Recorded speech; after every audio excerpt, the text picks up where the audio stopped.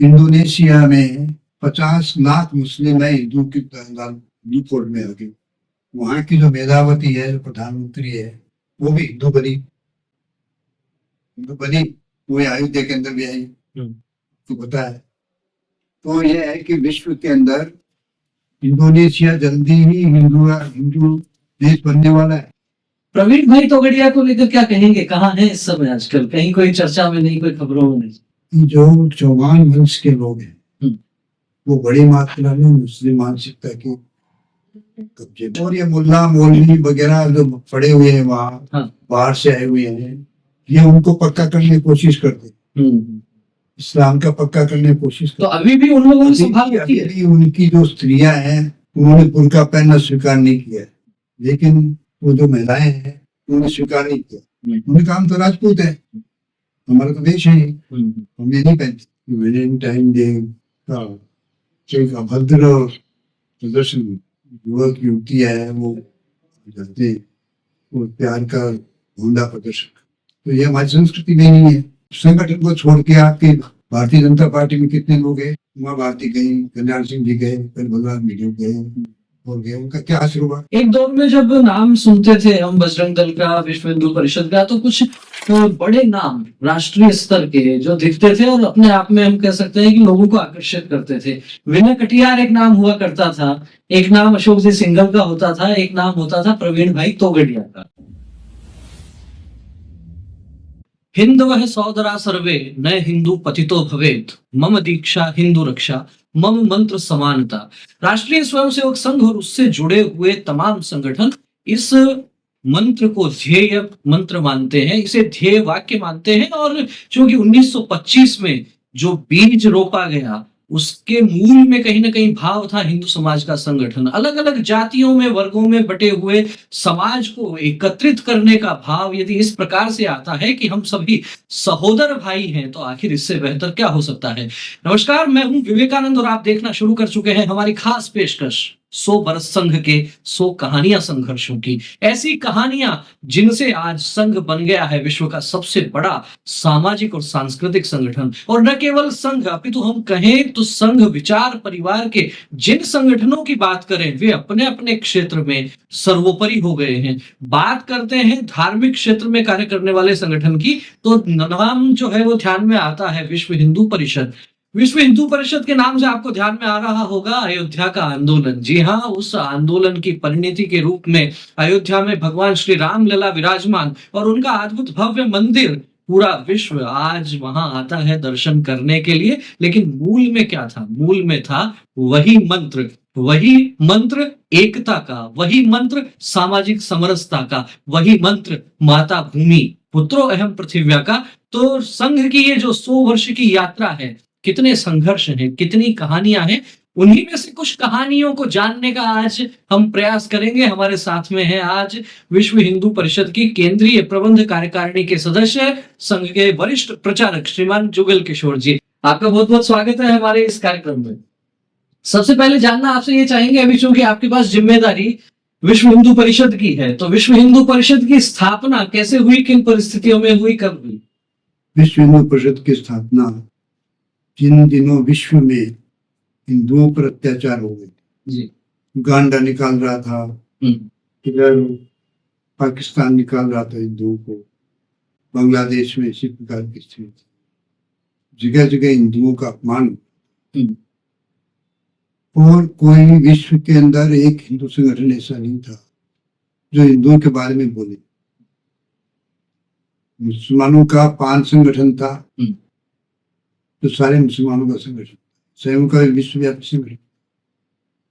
इसलिए सोचा गया कि विश्व में ऐसा एक संगठन होना चाहिए जो हिंदुत्व पर आक्रमण करते हैं, हिंदू अस्मिता पर आक्रमण करते हैं, हिंदू आस्था के केंद्रों को तोड़ते हैं, हिंदुओं का अपमान करते हैं, संतों का अपमान करते हैं, इसके विरुद्ध कोई बोलने वाला हो। तब विश्व हिंदू परिषद की स्थापना श्री कृष्ण जन्माष्टमी के दिन सन 1964 में परम पुण्य श्री गुरु जी जो संघ के द्वितीय सरसंघचालक माधव सुभाष गोलवलकर, उनके सानिध्य में भारत के 80 विद्वानों के साथ में, जिसमें शंकराचार्य जी भी थे, जिसमें मास्टर तारा सिंह भी थे, हनुमान प्रसाद जी पोद्दार भी थे, स्वामी चिन्मयानंद जी के आश्रम में मुंबई में सांदीपनि आश्रम में वहाँ पर विचार विमर्श करने के बाद में विश्व हिंदू परिषद की स्थापना हुई। जी, संदीपनी आश्रम में विश्व हिंदू परिषद की स्थापना हुई। उस समय सरसंघ चालक थे श्री गुरु जी के नाम से, जिनको जानते हैं, बड़ी दाढ़ी वाले, स्वयं भी वे सन्यासी थे और दीक्षित सन्यासी थे। स्वामी अखंडानंद जी से दीक्षित थे। हाँ, श्री गुरु जी अखंडानंद जी, जो स्वामी अखंडानंद जी जिनके शिष्य थे रामकृष्ण परमहंस के, उनके शिष्य गुरु जी थे अखंडानंद। डॉक्टर हेडगेवार जी को जब पता चला कि 1937 में वो कलकत्ता गए वहां, तो गुरु जी लेने गए उनको, लेकर के आए वापिस के, आप कहाँ चले गए, आपको तो राष्ट्र और समाज की सेवा करनी है। तो उसी समय गुरु जी, डॉक्टर साहब थोड़ा बीमार चल रहे थे, तो 1940 में डॉक्टर साहब ने अपने निधन से पहले ही गुरु जी के लिए पत्र लिखा कि मेरे जाने के बाद में माधव साहब सदाशिव गोलवल के गुरु जी के संघ के सरसंघ चालक बने।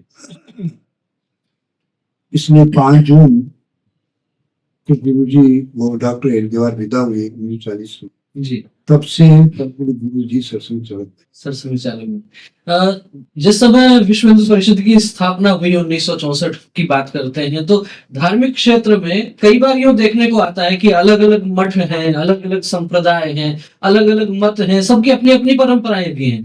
लेकिन बहुत बार ये भी देखने को आता है कि उनमें सब में अपने आप को श्रेष्ठ बताने का एक भाव रहता है।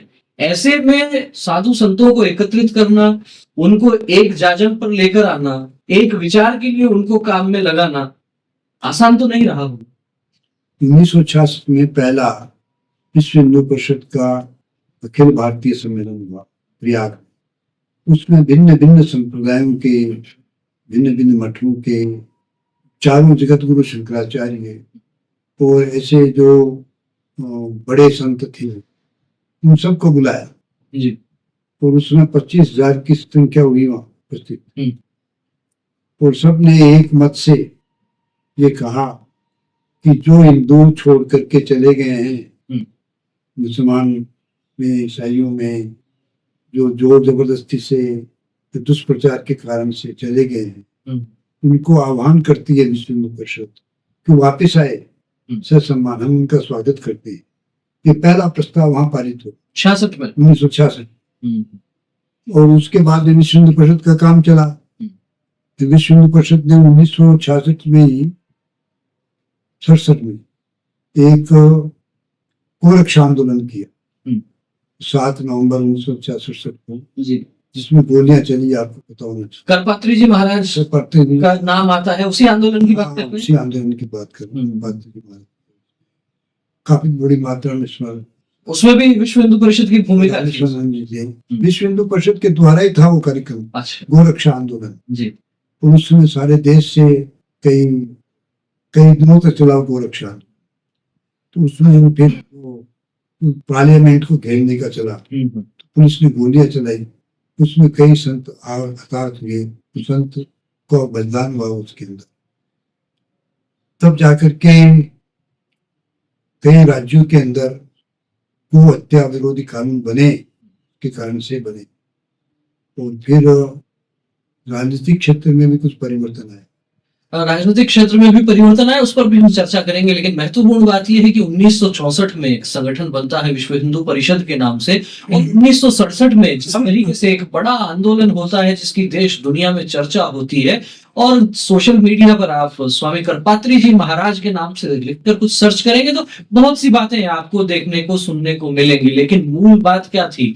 मूल बात थी हिंदुओं को संगठित करना, हिंदुओं के मान बिंदुओं की रक्षा करना, उनके प्रति स्वाभिमान का भाव जागृत करना। और भारत भूमि में तो सदियों से गाय को माता कहा गया है। जय धरती माँ, जय गौ माता, गूंज रहा है मंत्र महान, सकल सुमंगल विश्व कामना, जीव मात्र का हो कल्याण।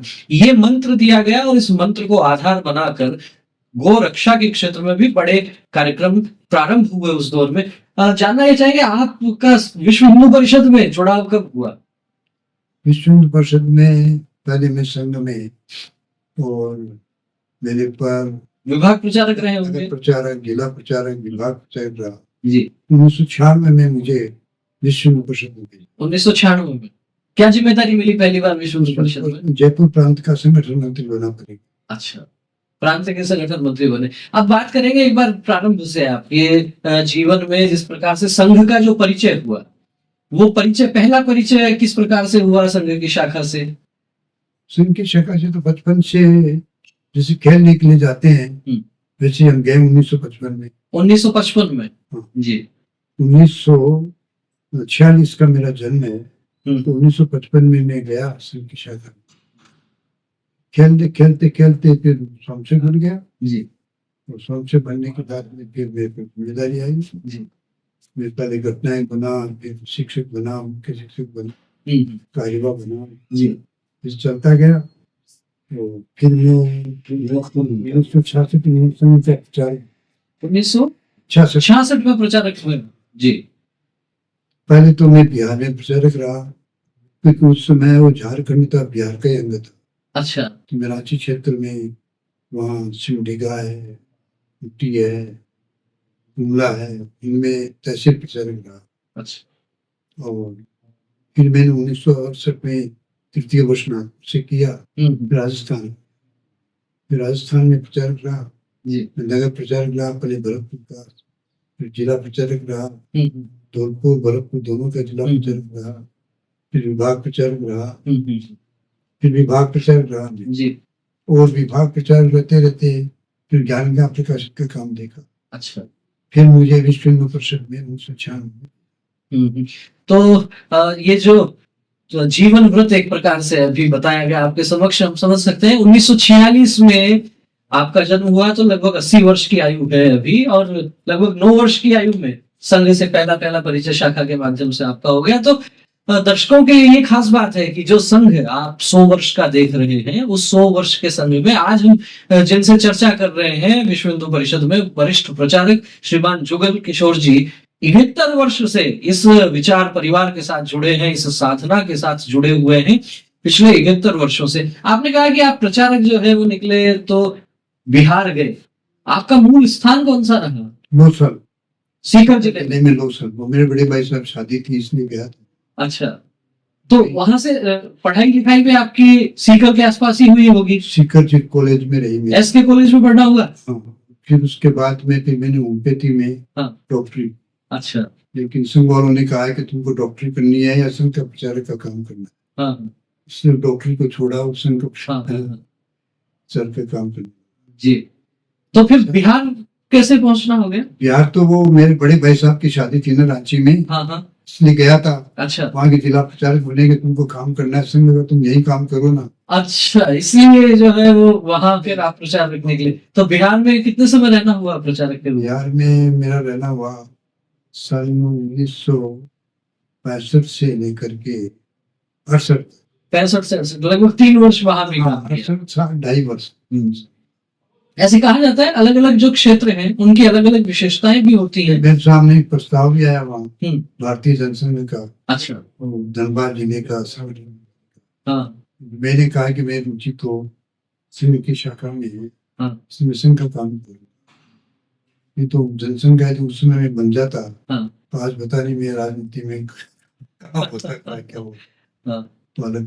इस तरह के बहुत से उदाहरण आपको देखने को मिलेंगे कि संघ के कार्यकर्ता हैं, प्रचारक हैं, राजनीतिक क्षेत्र से चाहे प्रस्ताव आए हो, लेकिन जिस काम पे संगठन ने लगा दिया, जिस काम पे संघ ने लगा दिया, अहर्निश उसी काम में, उसी लक्ष्य की ओर लगे रहे, चाहे अभाव रहे हो, चाहे प्रभाव रहे हो, लेकिन खुद का भाव जो है वो केवल और केवल संघ के कार्य के लिए ही लगा रहा जी। तो फिर जब राजस्थान में आना हो गया, अलग अलग स्थानों पर आप प्रचारक रहे, उसके बाद आपने कहा ज्ञान गंगा का भी काम आपने किया। कौन से संघ की बात होगी? ज्ञान गंगा प्रकाशन जब मैं विभाग प्रचारक होकर आया जी, तो ज्ञान गंगा प्रकाशन का काम मेरे पास में अतिरिक्त था। अच्छा, और विभाग प्रचारक अलग था। दोनों का रहा कार्य जी। एक अनुभव बताता हूँ जी। उस समय राम जन्मभूमि का आंदोलन चल रहा था, तो यहाँ जयपुर में उस समय 4 दिसंबर 1900 और ये समझिए कि 91 की 92 हाँ 92 की बात है। 92 में आंदोलन चल रहा था, लोग गए थे, हम्म, वहां से संदेश आया हम्म, कि अब कार चिंटू को नहीं भेजना है, हम्म, क्योंकि पैर रखने की जगह नहीं आई है हाँ और अव्यवस्थाएं हो रही है, जी इसलिए अब बंद कर दीजिए भेज, सारे देश में सूचना दी। तो यहाँ भी यही सूचना, उसमें अस्थिमल जी हमारे प्रांत प्रचारक थे, हाँ क्षेत्र प्रचारक थे, तो वहाँ स्टेशन पर 401 कांस्टेबल आ गए थे जयपुर जिले के विशेष, इसमें दिनेश जी भी थे, मेरा आ गए थे। तो बड़ा जोश खरोश था उस समय कि सौगंध राम की खाते हैं, मंदिर वही बनाएंगे। बड़े बड़े नारे लग रहे थे जय श्री राम के। अस्थिमल जी ने मेरे से कहा कि सबको इकट्ठा करो, इकट्ठा किया सीटी बजा कर, उनका इनको कहा कि नहीं जाना है, संदेश आ गया वहां से, वहां नहीं जाना, जगह नहीं है वहां कोई। मैंने कहा ये सूचना तो आप ही दीजिए ना, नहीं आपको देनी, ठीक है। मैंने सूचना दी सब, उन्होंने सबके बेचारे उतर गए, लेकिन कुछ जो कार्यकर्ता थे खड़े हो गए कि हम तो सर पर खपन बांध के आए हैं, हम तो वहीं जाएंगे, कौन सा मुंह लेकर के जाए, गांव में कौन सा मुंह दिखाए। ये तो कहा है कि सुगंध राम की खाते हैं, मंदिर वहीं बनाएंगे, अयोध्या जा रहे हैं, और हम गांव में प्रवेश भी कैसे करें, हम गांव में प्रवेश नहीं कर सकते, घरों में नहीं जा सकते, अब तो वहीं जाएंगे, चाहे मर जाए चाहे जिंदगी हो, कुछ भी हो, हम तो वहीं जाएंगे। और जय श्री राम के नारे लगाए 2 वर्ष। फिर गए वो लोग। मैंने अस्थिमल जी से कहा, मैंने कहा आप समझा दीजिए इनको, मैंने तो बात रख दी है इनके सामने, दृश्य देख रहे हो आप। तो अस्थिमल जी ने कहा कि इनको भगवान भी नहीं समझा सकता, इनको भगवान भी नहीं समझा सकता। मैंने कहा फिर जाने दो, फिर जाओ, फिर तो फिर वो जोर जोर से नारे लगाए, तो फिर वो सब गए। इस संस्मरण से समझा जा सकता है कि उस दौर में राम मंदिर आंदोलन चल रहा था, कार सेवा के लिए कार्यकर्ताओं में कितना उत्साह रहा होगा। इतना उत्साह था कि संगठन की ओर से मना करने के बाद भी वे रुके नहीं, और जो नारा आप सब लोगों ने भी उस दौर में सुना होगा, बच्चा बच्चा राम का, जन्मभूमि के काम का, सौगंध राम की खाते हैं, हम मंदिर वहीं बनाएंगे। ये इस बात को लेकर ये जो नारा है, ये राजनीतिक क्षेत्र में भी बहुत बार विवाद का कारण बना है कि सौगंध राम की खाते हैं, मंदिर नहीं बनाएंगे। विपक्षी पार्टियां अक्सर कहती रही कि मंदिर वहीं बनाएंगे पर तारीख नहीं बताएंगे। अब जब तारीख भी बता दी, मंदिर भी बन गया, प्राण प्रतिष्ठा भी हो गई, कैसा मन को कैसा सुकून मिलता है, क्या भाव है मन के? मन के भाव तो यह है कि हमारे जीवन की सार्थकता, हम जिस लक्ष्य को लेकर चले थे, लक्ष्य हमारा पूरा हो, बहुत बड़ी प्रसन्नता हुई। कई लोग तो नाचने लगे उस जी, जगह जगह हर्षोल्लास बना, कई जगह और स्नेह सम्मेलन की, लोगों ने मिठाइयां बांटी, उस सारे देश बड़ा हर्षित हो गया। यहाँ भी जयपुर में भी वो पटाखे हुए, आतिशबाजी हुई, आप जानते हैं, सारा देश प्रसन्न हो गया उससे। कार सेवा में आपका भी अयोध्या जाना हुआ? मेरा भी जाना, कार सेवा में तो नहीं हुआ, कार सेवा में तो उनको मना कर दिया था, मना कर दिया कि कार सेवकों को भेजना है आपको।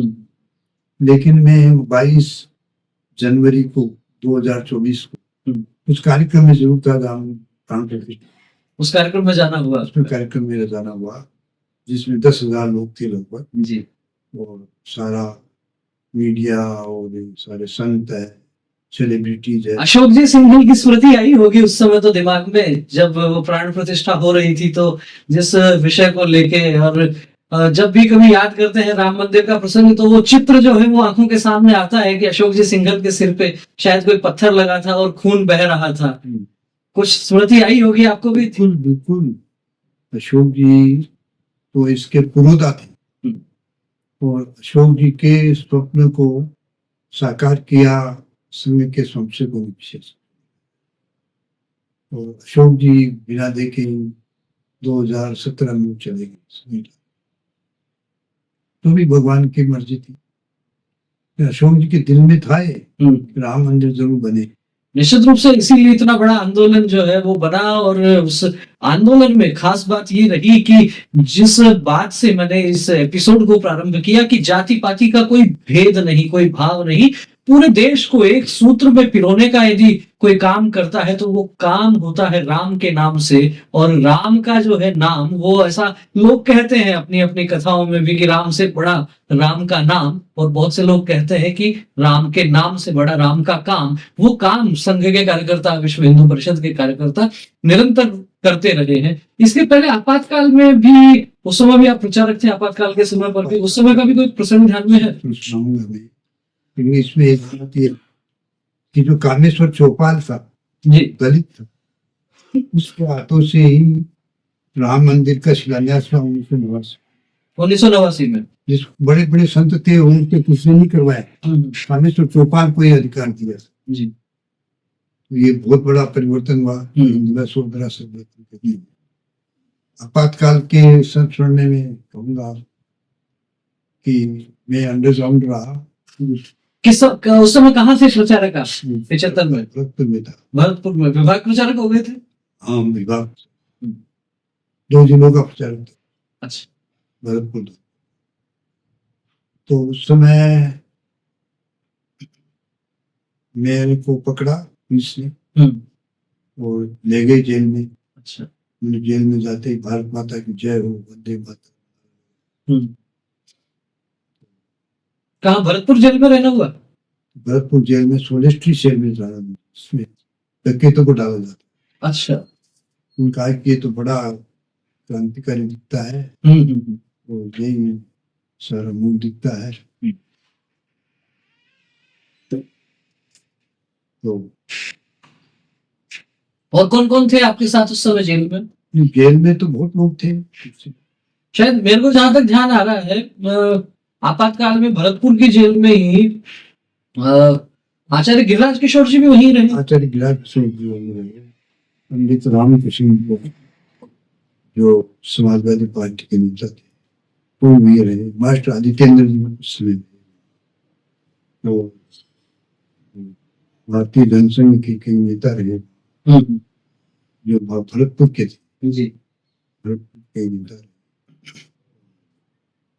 मेरा फिर सत्याग्रह शुरू हुआ 14 नवंबर से। तो उसमें संघ के पंचों सत्याग्रह किया। सत्याग्रह करके सत्याग्रही आए जेल में, मेरी बड़ी भारी मात्रा में आई। सत्याग्रह के लिए जो हम लोग प्रेरक बना भी दिया, जो पढ़ाई का विषय भी था, जिससे पढ़ते भी रहे, डिस्टर्ब भी नहीं हुए। कितने समय रहना होगा जेल में आपका? 1.5 वर्ष में। 1.5 वर्ष रहे। उसके बाद में फिर जब आपातकाल हटा और फिर जब चुनाव हुए, उस दौर में जब सत्ता परिवर्तन भी हुआ, बहुत सारी चीजें बदली और राजनीतिक क्षेत्र में भी चीजें बदली, लेकिन साथ ही साथ संघ के कार्यकर्ताओं ने जिस प्रकार से वो आंदोलन किया, दर्शकों को ध्यान में होगा, तमाम मीडिया रिपोर्ट्स भी बताती है, अपने आप में एक अनूठा कालखंड था। और गिरफ्तारी बहुत लोगों की हुई होगी, अलग अलग संगठनों के लोग थे, राजनीतिक दलों के लोग थे, लेकिन एक रिपोर्ट ये बताती है कि उस समय जो गिरफ्तारी देने वाले लोग थे, जो सत्याग्रही थे, उनमें सर्वाधिक संख्या जो थी वो राष्ट्रीय स्वयंसेवक संघ के कार्यकर्ताओं की थी। अब बात करेंगे फिर से एक बार आपके बचपन की। जैसे 9 वर्ष की आयु में संघ की शाखा में जाना प्रारंभ हो गया, फिर पढ़ाई के साथ में धीरे धीरे जब मन में ये विचार बना कि संघ का प्रचारक बनना है, तो परिवार की कैसी स्थिति रही? क्या घर परिवार में बड़े जो भाई थे या माता पिता थे, उनको आपने बता दिया था कि मेरे को विवाह नहीं करना है, संघ का ही काम करना? बता दिया था मैंने। मेरे पिताजी को समझाने के लिए 1 महीना लगा। अच्छा। फिर उन्होंने अंत में ये कहा कि भाई तेरे बड़े भाई साहब से पूछ। बड़े भाई कहते हैं चलो। उनकी ओर से तो अनुमति थी। हाँ। बड़े भाई साहब ने कहा तुम्हारी इच्छा तो काम कर। अच्छा। और गया मैं पिछले वर्ष में। हाँ। चार के नाते फिर मेरे तिलक लगाया, माता जी ने आरती उतारी। अच्छा। मतलब ये नहीं कोई दुख हुआ, माता जी ने आरती उतारी। बड़े भाई साहब मुझे पहुंचाने गए स्टेशन। इस प्रकार से एक आनंद का माहौल से था। आनंद का तृतीय वर्ष कौन से सन में किया आपने? 68 1968 में। उसके बाद भी अनेक संघ शिक्षा वर्गों में आपका जाना आना रहा होगा, शिक्षक के नाते गए होंगे, और जब प्रचारक है तो हर वर्ष ही जाना रहा होगा। हर वर्ष जाना हुआ। 2 बार मैं वहाँ नागपुर भी गया। 60 के दशक में जब आपने वर्ग किया, तृतीय वर्ष किया, उस समय और बाद के वर्गों में क्या कोई अंतर आपको महसूस होने लगा कुछ? तो शारीरिक में अंतर हुआ। तो शारीरिक तो ऐसा है कि जो संघ की कार्य पद्धति है उसमें कार्य पद्धति में तो कभी भी परिवर्तन हो सकता है। तो संघ की जो विचारधारा उससे परिवर्तन नहीं हो सकता। विचारधारा जैसे हिंदुत्व ही राष्ट्रीयत्व है जी। इसको हमने कभी नहीं, वो हमारा सिद्धांत है। हमने कहा है कि तत्व के पुजारी है, व्यक्ति के पुजारी, व्यक्तिवाद के पुजारी नहीं, राष्ट्र के पुजारी, भारत माता की पुजारी। वो कभी नहीं बदला। व्यक्ति के नहीं रहे। व्यक्ति आता है जाता है, लेकिन राष्ट्र तो हमेशा रहेगा, संस्कृति हमेशा रहेगी। उसके लिए हमारा समर्पण है। ये जो संघ के जो सिद्धांत है जी, राष्ट्रीय हिंदुत्व ही राष्ट्रित्व है, और हम व्यक्ति के नहीं राष्ट्र के पुजारी, इसके लिए काम करते हैं। हिंदुत्व ही राष्ट्रीयत्व है, ये मूल प्राण है संघ के विचार का। और जुगल किशोर जी का कहना है कि कार्य पद्धति भले बदल जाए, चाहे संघ जो है वो नेकर से पेंट की ओर आ जाए, चाहे अन्य कार्य पद्धतियां बदल जाए, चाहे आज्ञाएं बदल जाए, चाहे शाखा में अलग अलग प्रकार के कार्यक्रमों के बारे में कुछ परिवर्तन हो सकता है, लेकिन मूल विचार जो है वो विचार नहीं बदलने वाला है। उस विचार तक पहुंचने के लिए फिर रास्ते इधर उधर कई सारे हो सकते हैं। और जैसा विचार के बारे में भी बहुत से लोग कहते हैं, एकम सद बहुधा विप्रा वदंती, ठीक उसी प्रकार से रास्ते अलग अलग हो सकते हैं, लेकिन मूल काम जो है वो एक ही रहने वाला है। जिस दौर में आप सक्रिय थे और विभाग प्रचारक रहे, अन्य भी बहुत सी जिम्मेदारियां रही, उस दौर में कहीं ऐसा राजनीतिक प्रभाव देखने को नहीं मिलता था, क्योंकि 1975 में जब आपातकाल लगा उसके पहले तो जनसंघ का बहुत बड़ा व्याप भी नहीं था, न कोई सरकारें थी इतनी अधिक। उसके बाद में जिस तरीके से, और खासतौर पर हम कहें 90 के दशक के बाद में अलग अलग प्रांतों में सरकारें बनने लगी भारतीय जनता पार्टी की, क्या लगता है इसके बाद में भी कुछ संघ के कार्य में कुछ परिवर्तन आपको देखने को लगा कुछ ऐसा? देखिए, संघ के सिद्धांतों में तो कोई परिवर्तन नहीं। हम हिंदू राष्ट्र को मानते हैं जी, हिंदुत्व ही राष्ट्रीय को मानते हैं, और व्यक्ति के नहीं राष्ट्र के पुजारी। इसमें आज तक कोई परिवर्तन नहीं आया। चाहे आपातकाल हो, चाहे कोई भी हो, सन 1925 से लेकर अब तक कोई परिवर्तन नहीं है। कार्य पद्धति में बदल उतार हो सकता है, कभी लेकर से पेंट हो गया, हाँ वो तो सामान्य बात है। चमड़े का उपयोग नहीं करके हम कपड़े का। बहुत से स्वयंसेवकों में एक भ्रम की स्थिति होती है। विश्व हिंदू परिषद की जब हम बात करते हैं तो सीधे सीधे बात होती है हिंदू समाज के संगठन की बात, हिंदू समाज के हितों की बात। वहीं दूसरी तरफ संघ के वरिष्ठ प्रचारक इंद्रेश कुमार जी एक संगठन तैयार करते हैं, राष्ट्रीय मुस्लिम मंच, और फिर उसको लेकर बहुत सारी बातें भी होती हैं। पिछले दिनों सरसंघ चालक जी के भी कई बयान इस प्रकार के आए जिसमें उन्होंने कहा कि हम सबका डीएनए एक ही है, मुस्लिम कोई अलग नहीं है हमारे से। जब इस प्रकार के बयान आते हैं, या राष्ट्रीय मुस्लिम मंच की बात होती है, या फिर आनुषंगिक संगठनों में, खासतौर पर हम तो बात करें भारतीय जनता पार्टी की, उसमें एक अलग से अल्पसंख्यक मोर्चा खोल दिया जाता है, तो विश्व हिंदू परिषद के कार्यकर्ताओं की क्या स्थिति रहती है? आपके पास भी ऐसे बहुत से प्रश्न आए होंगे कार्यकर्ताओं की ओर से? नहीं, संघ के कार्यकर्ताओं का भी विचार है। विश्व हिंदू परिषद ने स्वयं भी घर वापसी की है। लगभग 10 लाख लोगों को हम घर वापसी करके पोल में लाए, और हमने 70,000 लोगों को धर्मांतरण से रोका है। ये हम भी करते हैं जी। हम भी मुसलमानों के बीच में जाते हैं, मुसलमान के बीच में जाते हैं, तभी तो होगा ना। ये होगा कैसे? उनके जो महफूज रहे वो हमारे पास महफूज रहे। वो तो 99% जो है ये कन्वर्टेड है। तो इसलिए उनकी भावनाओं को जागृत करना कि आप तो हिंदू ही थे, कहाँ मुस्लिम थे आप तो हिंदू ही थे। और आज लगभग 25% 20% हिंदुत्व की परंपराएं मानते हैं। मानते हैं। आप देखिए, महाराष्ट्र में गणेश की पूजा करते हैं, कहीं जी, गणेश को मानते हैं, कई जगह यहाँ राजस्थान में भी गोगा जी को मानते हैं। मुस्लिम भी आते हैं उसके अंदर, जहर पीर बोलते हैं। तेजा जी को मानते हैं। जी। ऐसे जो लोक देवता है उनकी पूजा करते हैं, उनको मानते हैं। आप बता रहे इतनी बड़ी संख्या में जो है वो घर वापसी के भी काम हुए, बहुत लोगों को रोका भी गया, लेकिन फिर भी यदि हम जनसंख्या के कुछ आंकड़ों की बात करते हैं तो देखने को आता है कि जिस तरीके से मुस्लिम जनसंख्या बढ़ रही है लगातार, लव जिहाद के मामले आते हैं, धर्मांतरण के मामले आते हैं, बहुत सी सरकारें इस पर कानून भी बनाती हैं। इतने काम होने के बाद भी क्या लगता है, प्रभाव जो दिखता है, क्या आप उससे संतुष्ट हैं? प्रभाव से संतुष्ट तो नहीं, प्रभाव तो हो रहा है ना, प्रभाव तो निश्चित हो रहा है जी। घर वापसी हो रही है। इंडोनेशिया में 50 लाख मुस्लिम है हिंदू फोर्ट में आ गए। वहां की जो मेधावती है, जो प्रधानमंत्री है, वो भी हिंदू बनी, वो अयोध्या के अंदर भी आई, तो पता है। तो यह है कि विश्व के अंदर इंडोनेशिया जल्दी ही हिंदू देश बनने वाला है, ये बात मान ली। इंडोनेशिया जल्दी ही हिंदू राष्ट्र बनने वाला है, हिंदू देश बनने वाला है। अच्छा। वहां का देश में हिंदुत्व की छाप बड़ी तेजी से चल रही है। ये वो मानते हैं हम्म। कि हमारे पूर्वज हिंदू थे जी। आज भी रामलीलाएं वहां होती है। अपना जो वायुयान है उस गरुड़ नाम दिया हुआ है। गरुड़ क्या है, गरुड़ तो हिंदुत्व का ही सारा खेल। तो ये है कि मैं समझता हूँ कि इस्लाम ज्यादा वर्ष देश विश्व में चलने वाला नहीं है। अच्छा। आज भी लाखों लोग एक्स मुस्लिम जिसको कहते हैं वो अपने घोषित नहीं करते, लेकिन इस्लाम छोड़ दिया है। अच्छा। कोई भी बुद्धिजीवी है जिसका दिमाग है थोड़ा सा भी, वो इस्लाम ग्रहण नहीं करेगा, क्योंकि इस्लाम में, कुरान में ऐसी आयतें हैं जिनको मैं बोल नहीं सकता। उनमें ऐसी आयतें हैं कि जो काफिर है उनको इतना मारो, तौबा कर जाए वो जब तक इस्लाम ग्रहण नहीं करे तब तक उसको मारो, वो इस्लाम ग्रहण कर ले तो छोड़ दो उसको। ऐसी प्रकार की आयतें हैं।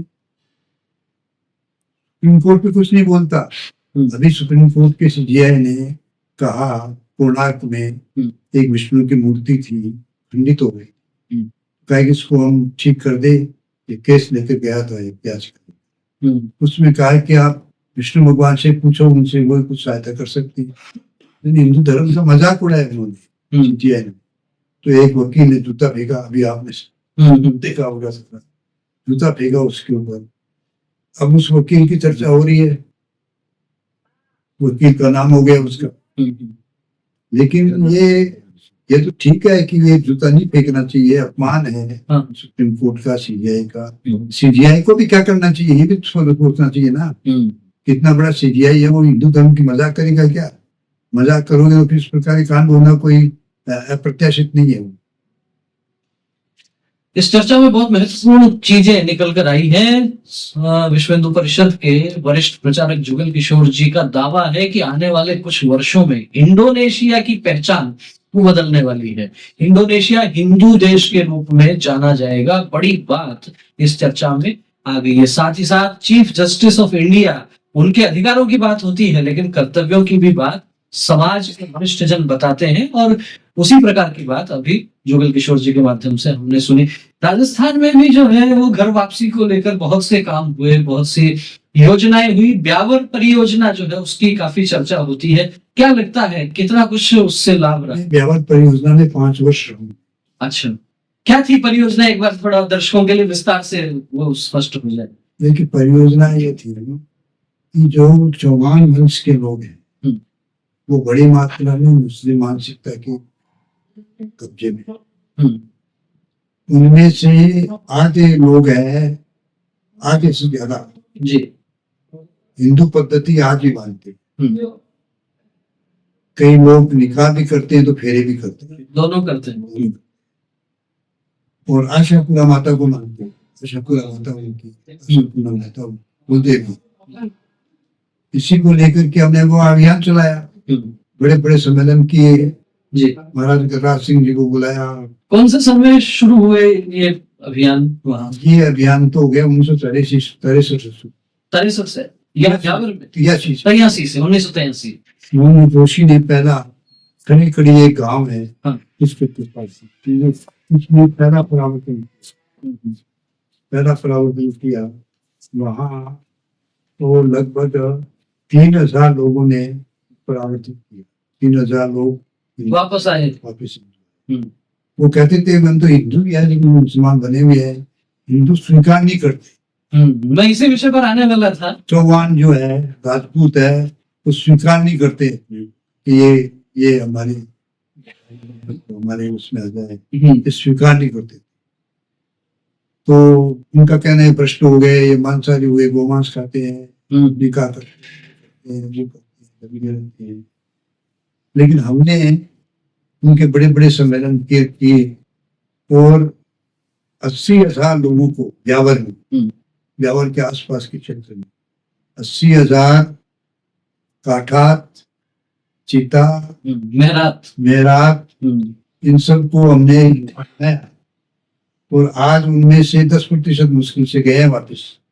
बाकी सभी हिंदू बने हुए हैं, हिंदू परंपराएं मानते हैं, हिंदू त्योहार मानते हैं, हिंदू कहते हैं और हिंदू विवाह करते हैं हिंदू के अनुसार जी।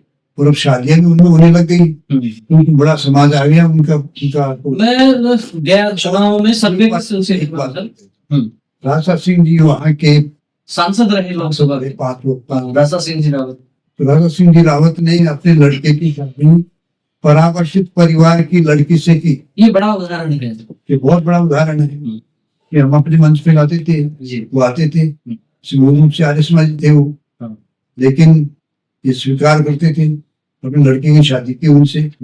शादियां तो होने लगी आजकल चौहानों में और इन जो परावर्तित परिवार है इनकी लड़कियों से शादियां होने लगी है, लड़कों से लड़की। मैं मूल बात इसी बात पर आने वाला था। हालांकि मैं मेरा सर्वे के सिलसिले में, चुनावी सर्वे के सिलसिले में उधर जाना हुआ, मसूदा, ब्यावर, अजमेर। तो ये जो नाम अभी आपने भी जो लिए, चीता, मेहरात, काठात, ये जब नाम हमने पहली बार सुने तो हमें लगा कि आखिर ये कौन लोग हैं, इनकी क्या पहचान है। चीता, मेहरात, काठात इस प्रकार के नाम हमने पहले कभी सुने नहीं थे। तो ये जो नाम है, क्या पहले से चौहान वंश के जो लोग के नाम है, गोत्र है उनके गोत्र है, ये चौहान वंश के ही गोत्र है, चौहान वंश के गोत्र। तो अभी भी यदि वो मान लीजिए धर्म परिवर्तन करके यदि उन्होंने इस्लाम स्वीकार कर लिया था, उसके बाद भी गोत्र वगैरह ये नहीं बदले उनके, इसी तरह वगैरह आज तक भी नहीं बदले हैं। गोत्रों को छोड़ करके शादियां करते हैं आज भी। और खासतौर पर और ये मुल्ला मौलवी वगैरह जो पड़े हुए हैं वहाँ, बाहर से आए हुए हैं, ये उनको पक्का करने की कोशिश करते हैं, इस्लाम का पक्का करने की कोशिश करते। तो अभी भी उन लोगों से उनकी जो स्त्रियां हैं उन्होंने बुर्का पहनना स्वीकार नहीं किया है, बुर्का नहीं पहनती स्त्रियां। उनकी टोपी जो होती है ना, वो टोपी ओढ़ना भी स्वीकार नहीं किया। टोपियां ओढ़ रहे हैं, वो हर कोई टोपी ओढ़ेगा तो 50 रुपए देंगे आपको मासिक। इस प्रकार के प्रलोभन दिए जाते। आप बुर्का पहनेंगे तो आपको 100 रुपए देंगे आपको मासिक। इस प्रकार का पैसा बांटने का भी उन्होंने काम किया जी। लेकिन वो जो महिलाएं हैं उन्होंने स्वीकार नहीं किया। उन्होंने काम तो राजपूत है, हमारा तो वेश है, हम ये नहीं पहनते, वो पहना नहीं हुआ। आपने राजा सिंह जी रावत का उदाहरण दिया अभी, खासतौर पर उस क्षेत्र में जब चर्चा होती है कार्यकर्ताओं से, तो ये बात बहुत बार निकल कर आती है कि बड़ी संख्या में घर वापसी तो हुई, लेकिन जो घर वापसी हुई उन लोगों का रोटी बेटी का जो संबंध है उसमें तकलीफें बहुत आई हैं। तो क्या उसको लेके अभी भी कुछ सार संभाल होती है? कुछ उदाहरण जैसे राजा सिंह जी का आपने बताया, ऐसे कुछ गिने चुने उदाहरण तो हो सकते हैं, लेकिन क्या सहज में है? अभी हमें वो सामूहिक विवाह का आयोजन करते हैं। अच्छा, उसमें कुछ चौहानों के लोग भी आते हैं, ऐसा चला रहे हैं एक अभियान कि पूरा समाज समरस हो जाए, पूरा समाज समरस हो जी। तो वो बहुत सा समाज तो समरस हो गया, लेकिन बहुत सा समाज बाकी है करने का, क्योंकि चौहान अभी स्वीकार करने को तैयार नहीं है। बहुत से चौहान स्वीकार करने को तैयार हो। ये क्रम चल रहा है, इसमें हमारा अभियान भी चल रहा है, हमारे पूर्णकालीन कार्यकर्ता लगे हुए हैं वहाँ। आशापुरा माता का बड़ा विशाल मंदिर वहाँ बना हुआ है देवल में, तो इस प्रकार का हम काम कर रहे हैं। अभी परियोजना जारी है, अभी परियोजना बंद थोड़ी हुई है, परियोजना जारी है। परिवर्तन होता रहता है और इनका दृढ़ीकरण इनका चलता रहता है। इस परियोजना के साथ ही मैं बात आपसे ये भी करना चाहूंगा कि जिस तरीके से जम्मू कश्मीर की हम बात करते हैं, वहां जिस तरीके से डेमोग्राफिक चेंजेस हुए, जनसंख्या का असंतुलन हुआ, एक दौर में कश्मीरी पंडित थे वहां, बहुत बड़ी संख्या में थे, धर्म परिवर्तन हुआ, इस्लाम उन्होंने स्वीकार किया और उसके बाद में जब 90 के दशक में जो कुछ हुआ सारी दुनिया ने देखा है, वहां के लिए भी ये कहा जाता है कि वहां भी प्रयास तो हुए थे कि घर वापसी की जाए उन लोगों की, लेकिन क्या इसी प्रकार की समस्याएं वहां भी आ रही थी कि जब घर वापसी हुई तो रोटी बेटी का संबंध नहीं हुआ, अपने आप में वो फिर अलगाववादी विचार वहां फैलने लगा? देखिए वहां क्या है कि गुर्जर है, गुर्जर अभी अपनी परंपराओं को मानते हैं, लेकिन जो हिंदू गुर्जर है उन्होंने स्वीकार नहीं किया। गुर्जर आने को तैयार थे लेकिन हिंदू गुर्जरों ने स्वीकार नहीं किया। आज भी प्रयत्न चल रहे हैं, आज भी कुछ न कुछ वहाँ धर्म परिवर्तन यानी परावर्तन होता है, जिसमें घर वापसी होती है। पर हमको विश्वास है कि जैसे ही आतंकवादियों का प्रभाव समाप्त होगा तो यहाँ घर वापसी होगी। आतंकवादियों का प्रभाव अभी कायम है, ऐसा मत समझिए कि आतंकवादियों का प्रभाव खत्म हो गया है, कम हुआ है। आतंकवाद पत्थरबाजी की उतनी घटनाएं देखने को नहीं मिलती। पत्थरबाजी तो क्योंकि पुलिस है, सेना है, उनको सबको पुलिस से या उसकी सुरक्षा से भय के कारण से वो भी नहीं कर रहे। लेकिन परिवर्तन तो राजनीतिक भी हुआ है, बहुत बड़ी मात्रा में मतदान भी हुआ है, धीरे धीरे परिवर्तन आ रहा है। ये परिवर्तन आने में समय लगेगा। कश्मीर में भी परिवर्तन होता दिखता है आपको आने वाले कुछ वर्षों में? आने वाले समय में जरूर परिवर्तन होगा। अब बात करेंगे विश्व हिंदू परिषद के साथ में एक संगठन का नाम और जुड़ता है, बजरंग दल। चाहेंगे कि बजरंग दल के बारे में भी एक बार स्पष्टता ये हो जाए, क्या अलग से संगठन है या विश्व हिंदू परिषद का ही हरावल दस्ता है? विश्व हिंदू परिषद का हरावल दस्ता है, युवा शाखा। विश्व हिंदू परिषद से कुछ भिन्न नहीं है। विश्व हिंदू परिषद ही बजरंग दल के अंदर, जो बजरंग दल का राष्ट्रीय संयोजक है, प्रांत संयोजक है, बजरंग दल की इकाई तय करती है। बजरंग दल का हरावल दस्ता है, जिसके 50 लाख गोवंश को बजरंग दल ने बचाया, विश्व हिंदू परिषद ने बचाया ऊपर। ऐसे ही लगभग 50,000 लव जिहाद में जो लड़कियां फंस गई थी, उसमें विश्व हिंदू परिषद का धर्म प्रसार और ये बजरंग दल सबने मिलकर के किया। अब इसमें धर्म जागरण भी जुड़ गया है, जो संघ का एक है। मेरी सामान्य कुछ लोगों से बात होती है, युवाओं से बात होती है, कॉलेज में पढ़ने वाले जो है विद्यार्थी, उनसे बात होती है, और जब मैं उनसे बात करता हूँ, पूछता हूँ कि बजरंग दल के बारे में क्या जानते हो, तो वो अक्सर ये कहते हैं कि बजरंग दल का अर्थ होता है वैलेंटाइन डे के दिन पार्कों में एक लाठी लेके घूमने वाले लोग। ये जो एक पहचान बन गई, इसके बारे में क्या कहना चाहेंगे? ऐसा है कि वैलेंटाइन डे का एक अभद्र प्रदर्शन युवक युवती है वो जाते वो प्यार का भूंडा प्रदर्शन, तो ये हमारी संस्कृति में नहीं है। हमारी संस्कृति में अश्लीलता कहीं नहीं है, तो हमने इसका विरोध किया।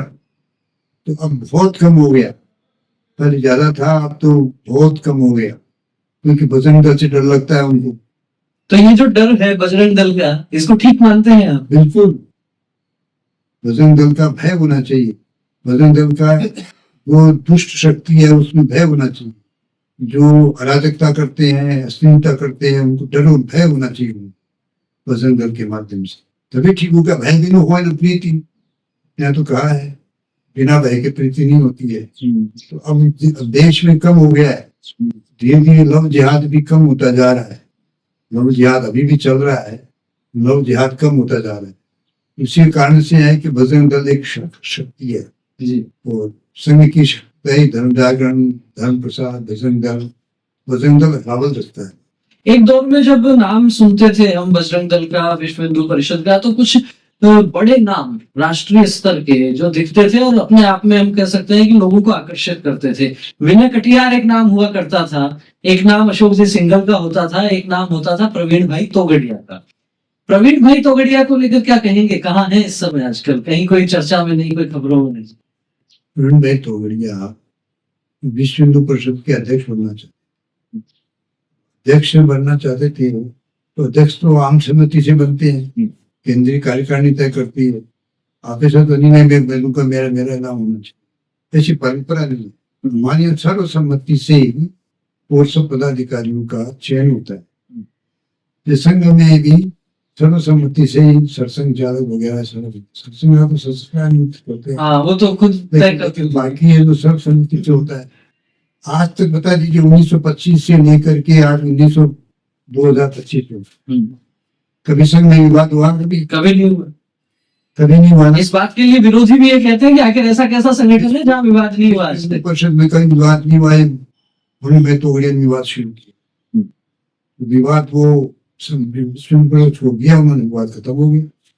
प्रवीण भाई तोगड़िया ने विवाद किया अध्यक्ष बनने के लिए, अध्यक्ष ने विवाद किया तो वो छोड़ के चले गए, अध्यक्ष उनको नहीं बनाया जी, तो वो छोड़ के चले। उन्होंने सुना है कि कुछ कोई नया संगठन बना लिया है हिंदुओं के। अब बनाया होगा लेकिन अब उनका कोई अस्तित्व नहीं है, कोई नाम नहीं है, पर कोई। एक दौर में प्रवीण भाई को मानने की आज वो प्रवीण भाई जयपुर में आती है, जी, कितने लोग इकट्ठे होंगे यहाँ, क्या कार्यक्रम होगा? कार्यक्रम करने वाले कौन है? संगठन चाहिए उसके, संगठन तो खत्म हो गया उनका, वो अकेले घूमते रहो अपने। देखिए क्या है कि संघ की परंपरा है कि संगठन प्रमुख है, संगठन से भी राष्ट्र प्रमुख है। संगठन को छोड़ के आपके भारतीय जनता पार्टी में कितने लोग हैं? उमा भारती गई, कल्याण सिंह जी गए, कल बलराज मीडियो गए, बोल गए, उनका क्या असर हुआ? कोई भी सफल नहीं हो पाया। वो कोई संगठन खड़ा कर पाए क्या? इसी प्रकार से संघ के माध्यम से खड़े किए गए जितने संगठन है वो उनके लिए संगठन प्रमुख रहता है। यदि कोई संगठन को छोड़ करके या तोड़ करके जाता है तो सफल नहीं होता। ऐसा इतिहास अब तक तो चल रहा है। पर प्रवीण भाई तोगड़िया के जो उद्बोधन होते थे, जो भाषण होते थे, युवाओं में एक प्रकार से ऐसा उत्साह, ऐसा ज्वार उत्पन्न करते थे। क्वालिटी तो थी, लेकिन क्या वो जो योग्यता थी वो महत्वाकांक्षा की बलि चढ़ गई? चल गया, महत्वाकांक्षा ही बन सकती। ये बहुत बड़ी महत्वपूर्ण बात जुगल किशोर जी के माध्यम से आई है कि संघ और संघ विचार परिवार से जुड़े हुए जितने संगठन हैं वहां संगठन प्रमुख है।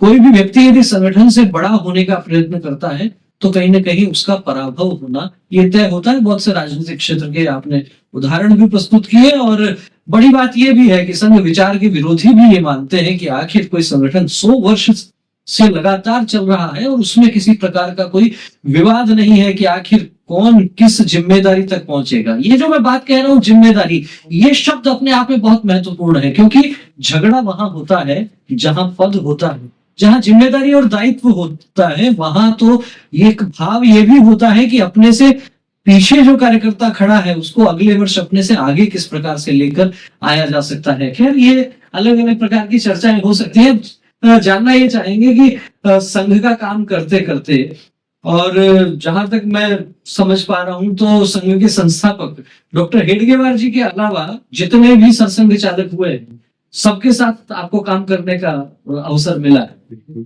उनकी सबकी कुछ न कुछ विशेष बातें भी होंगी, इतने बड़ी जिम्मेदारी का उन्होंने निर्वहन किया है। मैं चाहूंगा श्री गुरु जी से प्रारंभ करें। उनके व्यक्तित्व की कौन सी बात आपको सर्वाधिक प्रभावित करती थी? श्री गुरु जी के व्यक्तित्व की बात ये थी कि वो एक तो विद्वता में बहुत ऊंचे थे, भिन्न भिन्न विषय में विद्वान थे, हर विषय का सटीक उत्तर देते थे। और दूसरी ये बात थी गुरु जी का व्यक्तित्व इतना प्रभावी था। एक बार ये जो एक वीकली करके निकालते थे तरीका, खुशवंत सिंह, हाँ, बड़े पत्रकार बड़े हुए हैं जी। खुशवंत सिंह एक बार मिलने गए श्री गुरु जी से नागपुर में। अच्छा, नागपुर मिलने गए तो गुरु जी का सामान्य कमरा रहता उसी में थे। हाँ, भोजन हुआ तो वो भी बैठे, खुशवंत सिंह भी बैठे, ये उन्हें भोजन। गुरु जी से उन्होंने पूछे, गुरु जी ने बात कर दिया, पर क्या अच्छा कैसे क्या है सभी ना अच्छा है, इनको बता आप अच्छा लिखती है। खुशवंत सिंह जी ने कुछ प्रश्न पूछे कि आप हिंदुओं के बारे में क्या विचार करते हैं? तो ये देश हिंदुओं का है,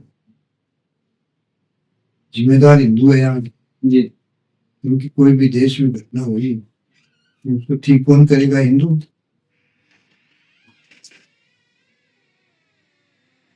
तो उन्होंने लिखा क्योंकि मिलने के बाद हाँ, मुझे ऐसा लगा जैसे होचीमिन अच्छा, होचीमिन एक वे थे ना, मार्क्सवादी थे वैसे अच्छा, होचीमिन। हम्म, तो किस राष्ट्र के थे, प्रमुख थे हम्म, का, ऐसा मुझे लगा। मुझे गुरु जी से मिलकर के इतनी प्रसन्नता हुई कि कहीं मुझे कोई सांप्रदायिक कट्टरवाद या कोई इस प्रकार का कुछ भी नहीं लगा। तो उनकी विद्वता से, गुरु जी की विद्वता से आप भी प्रभावित हुए।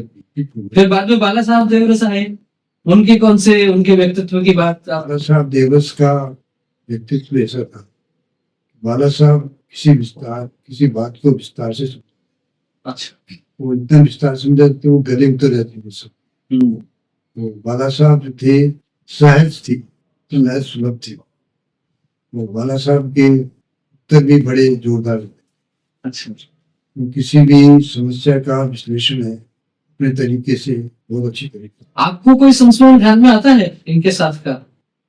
कभी उनके साथ में आपका प्रवास कहीं जाना आना हुआ हो, कभी उनके साथ में कोई व्यवस्थाओं में रहना हुआ हो, कुछ इस तरीके का? प्रभु गुरु जी का तो मुझे ध्यान आता है कि एक बार यहाँ जयपुर में राजा पार्क में संघ शिक्षा बंद था। गुरु जी उस समय बीमार थे तो गुरु जी बौद्धिक के लिए खड़े हुए। उसमें 104 बुखार थे। अच्छा, तो उनके पीछे एक कार्यकर्ता खड़ा था, गुरु जी कहीं गिर नहीं जाए। वे दुबले पतले थे, बात जानते हैं आप। हाँ, गुरु जी का बौद्धिक समाप्त। फिर गुरु जी को वो ले जाए, उनको वापस अपने कमरे में ले जाए। गुरु जी है उस 104 बुखार के अंदर भी मतलब एक प्रकार से सुसंगत बौद्धिक दे रहे, इधर उधर भटके नहीं, बोल बौद्धिक दिया। मैं भी था स्कूल की कार्यक्रम। एक तो ये अनुभव आया। वैसे गुरु जी के साथ मेरा कभी प्रवास नहीं। अच्छा, ये जो बाला साहब देवरस है, वो जब भरतपुर आए थे, जी, जब मैं भरतपुर में प्रचार था, तब बाला साहब से साक्षात्कार हुआ, बातचीत हुई। बाला साहब ने पूछताछ की हमसे, किसी से मिल गए, क्या तुमसे ले लेते हो, क्या बताया हमने। जी, बाला साहब मेरे पसंद थे, कार्यक्रम भी बहुत अच्छा हुआ था।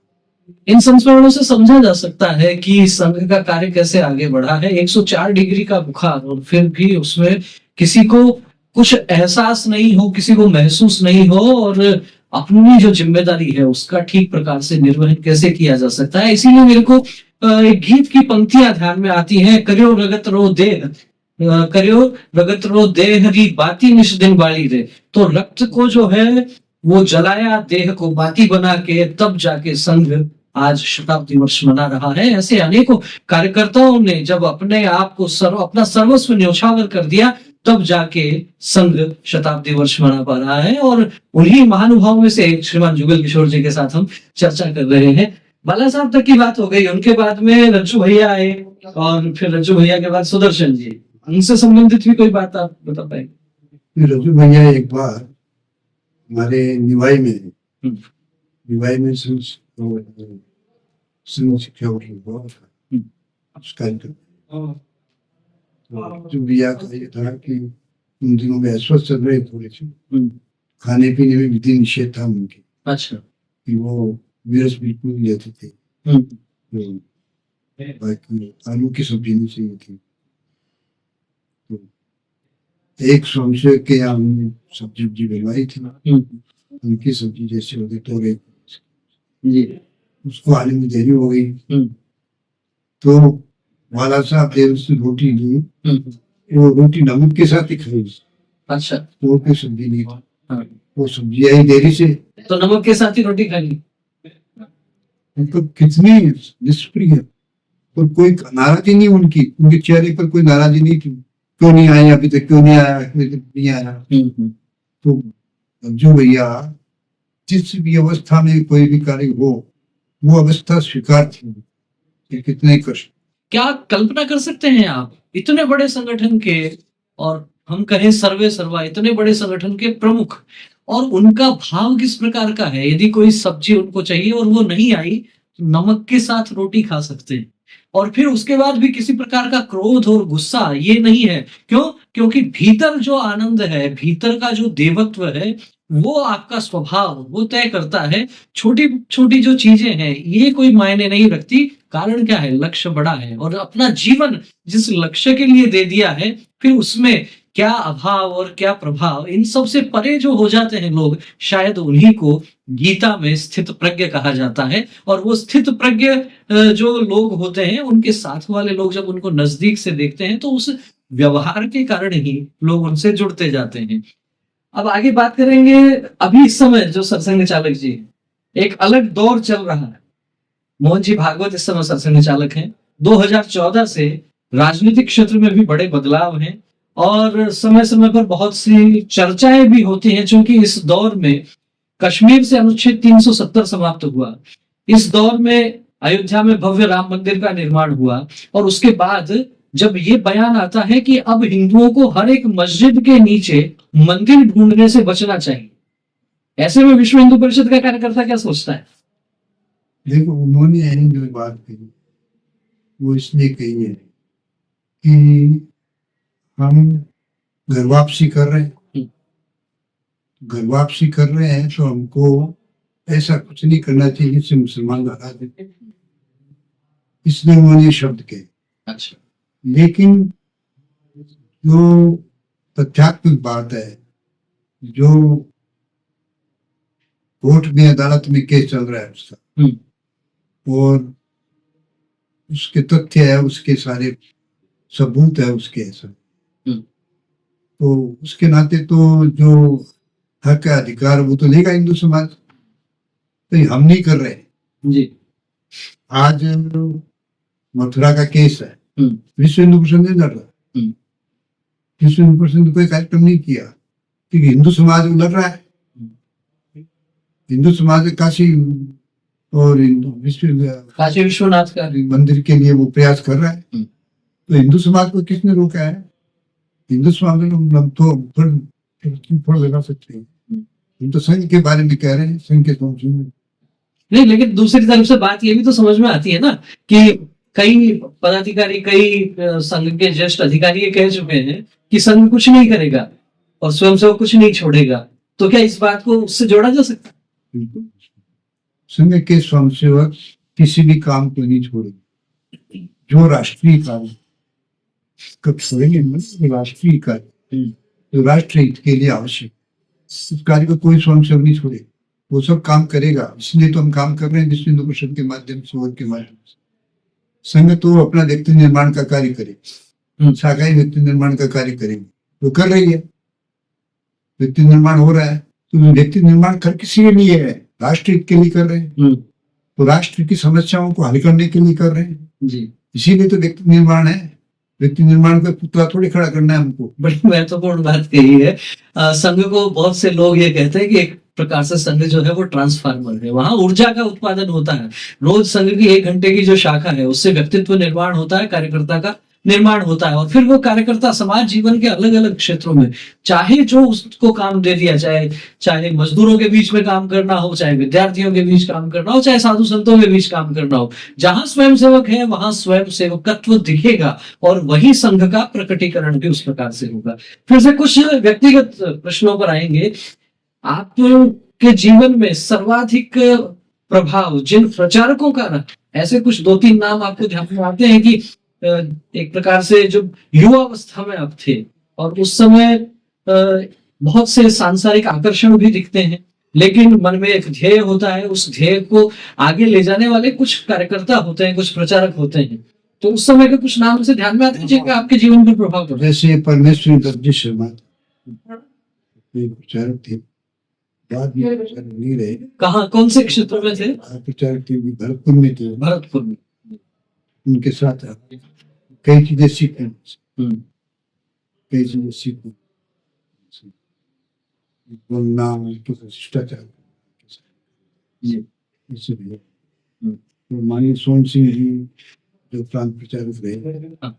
इनसे काफी अनुशासन इसी का व्यवस्था इसी के कारण कुछ व्यवस्था है कैसे स्वयंसेवक से व्यवहार करना चाहिए उनसे बहुत कुछ सीखा माननीय ब्रह्मदेव जी थे पहले उनसे सीखा ब्रह्मदेव से प्रेम है स्नेह है आत्मीयता के साथ ये सीखा वो मार्मिक भाषण करते थे मार्मिक बोलते थे उनसे सीखा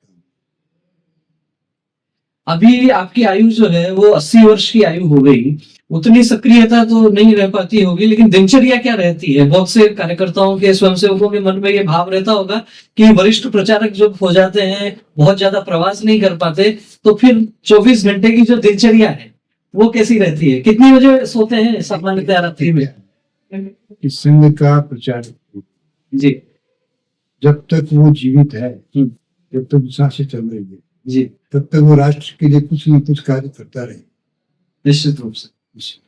वो स्थिति हमारी है हम राष्ट्र कार्य नहीं करेंगे तो बेचैन हो जाएंगे या हम जिंदे नहीं रहेंगे राष्ट्र कार्य तो चाहिए बस तरीका बदल जाता होगा थोड़ा, पहले जितने प्रवास नहीं हो पाते। प्रवास नहीं होता मैंने एक साहित्य का लिया घर घर साहित्य पहुंचा गीता प्लीज जी, उसमें 40,000 पुस्तकें हमने घरों में 40,000 पुस्तकें अलग अलग घरों में पहुंचा दी हैं। बड़ा अद्भुत काम है। एक तो ये। दूसरा हमने गीता में पहुंचाया अच्छा, भगवद गीता को मतलब लगभग 200 भगवद गीता पहुंचाई बड़ी ये जैसे रामसिंह जी महाराज की 1300 हाँ, वो साहित्य का प्रचार प्रसार किया अच्छा, कुछ मैंने पुस्तकें स्वयं ली 10-12 पुस्तक वो उसमें 10-12 लाख रुपए लिए वो भी समाज के संयोजन से किया अच्छा। किस विषय पर लिखी पुस्तकें अब आपने? तक करता रहा हूँ मैं तो करता देखो भगवान राम पर अच्छा, मेरा पुरुषोत्तम राम ने भयंकर दर्शन हम्म, फिर लिखी तपोनिष्ठ भरत फिर लिखी वीर लक्ष्मण अच्छा, फिर लिखी जगजननी सीता माता फिर लिखी हनुमान जी का रामायण के पात्रों पर है ज्यादा। हनुमान जी के तो आपको 1-2 पुस्तकें दे सकता हूँ मेरे को ज्यादा पुस्तकें जी हाँ, ये वीडियो पूरा करने के बाद में हम वो पुस्तकें भी देखेंगे। तो, मैं जानना ये चाह रहा था सुबह कितने बजे उठना होता है अभी?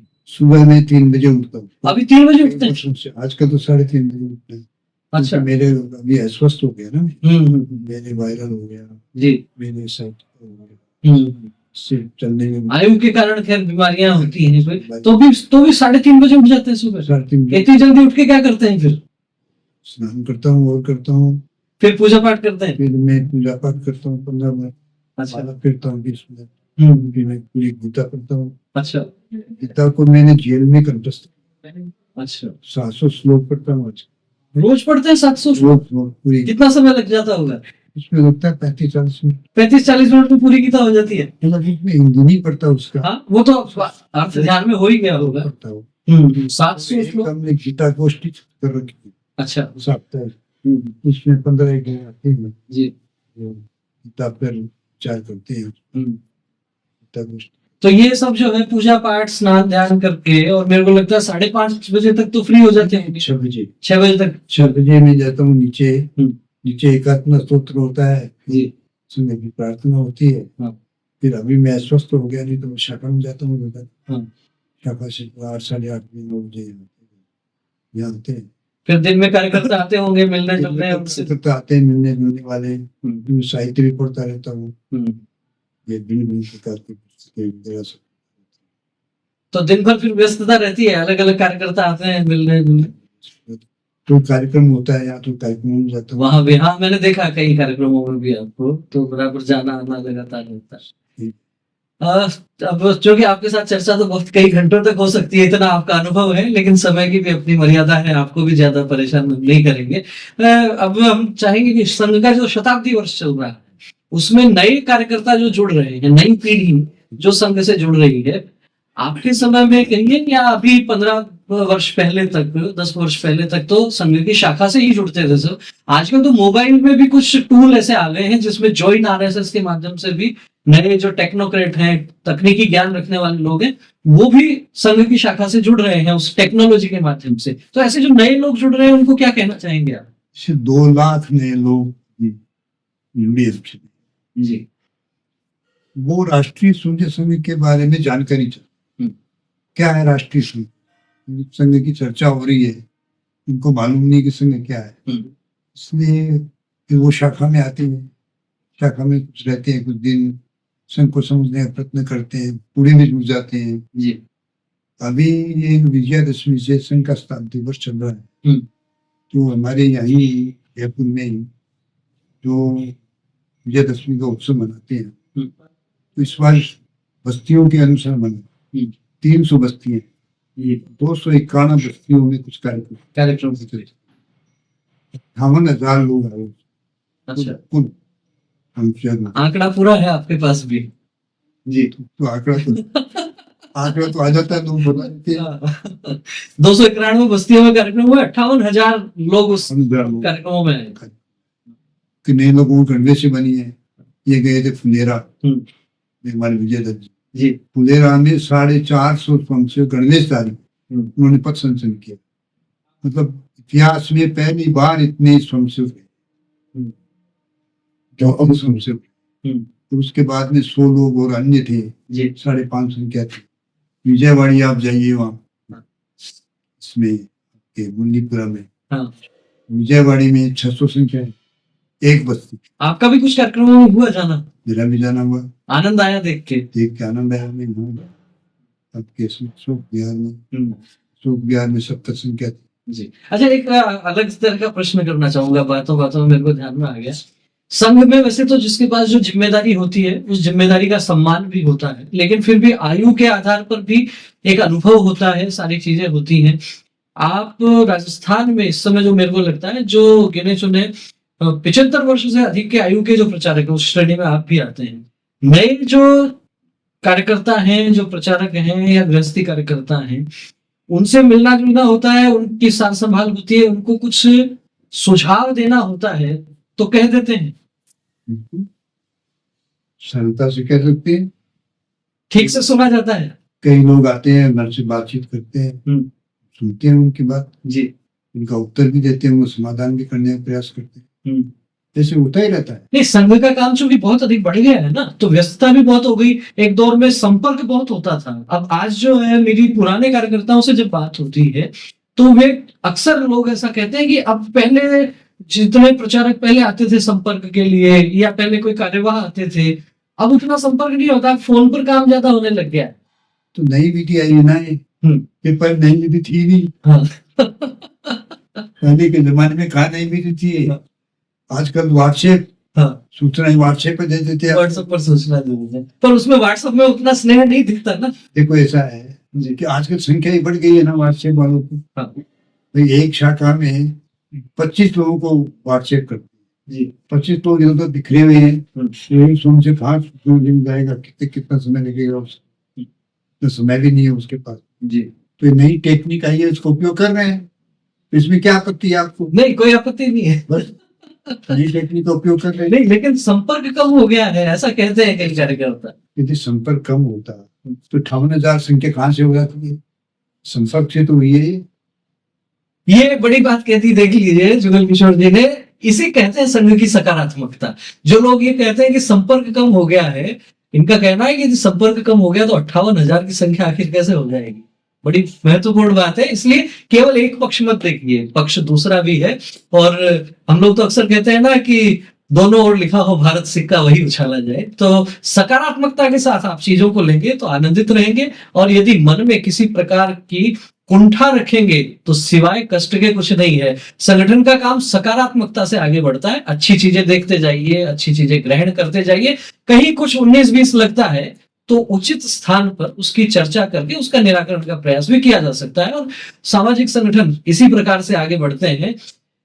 मोदी सरकार को लेकर बहुत से लोगों के मन में ये भाव थे कि अटल जी की जब सरकार बनी थी तो लोग सोचते थे कि पूर्ण बहुमत नहीं है, पूर्ण बहुमत आ गया, राम मंदिर बन गया, 370 में हट गई। अब आगे आप क्या देखते हैं? कोई मन की कोई ऐसी इच्छा है, यदि मोदी जी से मिलना हो या वहां तक संदेश पहुंचाना हो कि ये एक काम और हमारे मन का है, ये जल्दी से जल्दी हो जाए?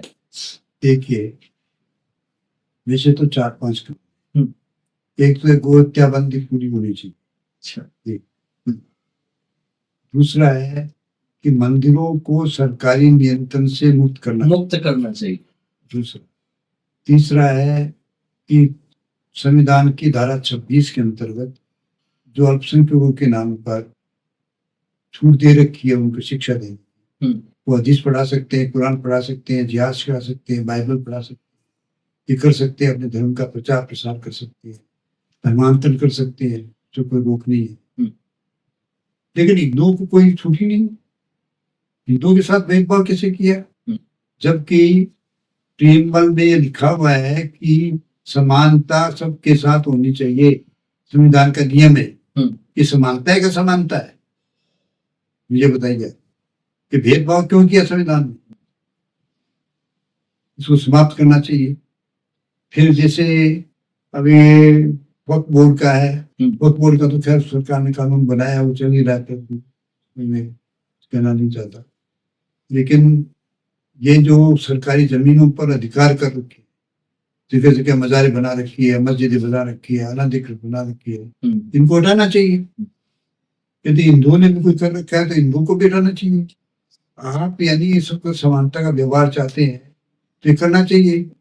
अभी एक समाचार आया, वक्त बोर्ड को यदि इतनी छूट दे दी गई कि वो जिस जमीन पर हाथ रख दे वो जमीन उसकी है, तो भारत तो गुलाम हो जाएगा, सारी जमीन ही उसकी हो जाएगी। एक मद्रास में गांव, तमिलनाडु में एक गांव था जी, उस पूरे गांव को कहा वक्फ बोर्ड ने कि सारी जमीन हमारी है। उस मंदिर भी था कि मंदिर भी हमारा। कोई मुसलमानों के जमाने में कोई वो गांव मुस्लिम क्षेत्र में हुआ रहता हो तो इसको क्या क्यों कहते हैं मुसलमानों के गांव है, जबकि रहते हिंदू है वहाँ जी, 90% हिंदू है वहाँ, 10% मुसलमान होंगे। वो हिंदुओं का मंदिर है पुराना। ठीक इसी प्रकार की स्थिति मैंने देखी रामगढ़ में, अलवर जिले में जो रामगढ़ है, वहां उपचुनाव में सर्वे के लिए गया तो एक गांव में ये पता लगा कि उस गांव में केवल 1 या 2 घर थे मुस्लिम समाज के, और कब्रिस्तान के लिए कई एकड़ जमीन जो है और वहां वो अलॉट कर रखी थी। उसको लेकर बाद में खैर विवाद भी हुए। तो कुल मिला के आप चाहते हैं कि ये जो भेदभाव है अल्पसंख्यक के नाम पर, ये समाप्त होना चाहिए। और कुछ संदेश देना चाहेंगे दर्शकों को, फिर कार्यक्रम को विराम देंगे। मोदी जी को मैं यही देना चाहूंगा कि जो बहुमत आया है और जो 2029 में चुनाव हुई लोकसभा, तब ये भारत को विश्व गुरु बनाने का सपना है, ये हमको साकार करना। अब बढ़ भी रहा है, भारत का प्रभाव भी बढ़ रहा है जी। आप भी देख रहे हैं कि ट्रम्प है उनकी खा रहा है जगह जगह, तो आप देख रहे हैं ये कि भारत का प्रभाव बढ़ रहा है। तो भारत विश्व गुरु स्थान प्राप्त करे और मानवता का कल्याण करे, ये हमारी इच्छा है। तो भारत अखंड बने, पीओके भारत का अंग बने, पीओके जो है वो अखंड भारत का हिस्सा बने, अखंड भारत बने और साथ ही साथ भारत विश्व गुरु बने। लेकिन केवल विश्व गुरु बने ये भाव नहीं है। विश्व गुरु इसलिए बने जिससे जगत का कल्याण हो सके।